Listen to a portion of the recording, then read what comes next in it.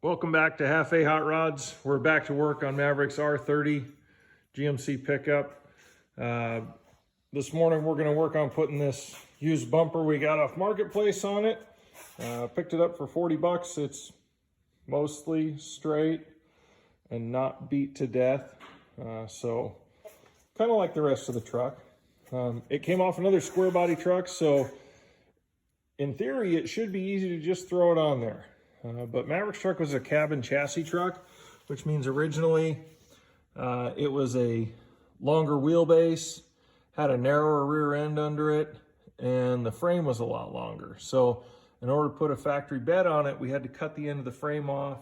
We moved the axle forward, and now we have this cross member in the way where a regular pickup wouldn't have had that. So we've got the bumper set up on the transmission jack because I'm working alone. That works to stabilize it a little better than a floor jack. And we're gonna see if we can't throw it up in there and see just how big of a pain this part of the job is gonna be. We'll be back with an update soon. So I'm working on drilling holes for Maverick's bumper under here. One of them was already there, just had to be opened up a little bit more. That's that guy up there. And then this other one with the WD-40 all around it, that's the other one we had to drill.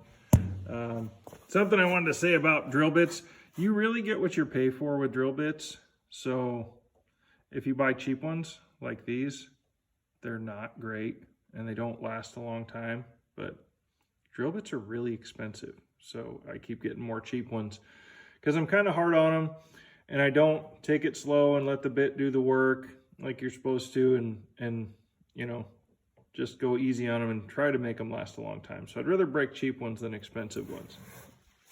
One thing you can do to help even the cheap ones last longer is gradually work your way up. And that's what we did here. Started with a pretty small one. I didn't even look at the size, honestly. And then just worked my way up, like jumped 3 bit sizes at a time and made it up to 1/2 inch. And then used the hog bit there to open the one hole up a little bit to give us a little more adjustment. So just something to think about when you're drilling holes. Take it slow, let the bit do the work, buy good bits, you know, all the opposite of what I've done here. Or just do like I do and buy cheap junk, and then when you abuse it, you don't feel bad about breaking it. Well, it took a little bit of test fitting, a little bit of drilling, a little bit of hogging out the holes, and we got it on there. So this is an aftermarket bumper. The only holes it had were 2 of them to mount it, and my truck's got the same one, my Square. But we did use grade 8 hardware because sometimes we do things right, you know, and if that's going to take an impact, I'd like the bumper to stay with the frame and crumple slowly. But this looks a lot better. Wasn't too bad of a job. I'll show you the pieces we needed to get it done. Really, you could get it done with a cheap set of drill bits, which is what I've got.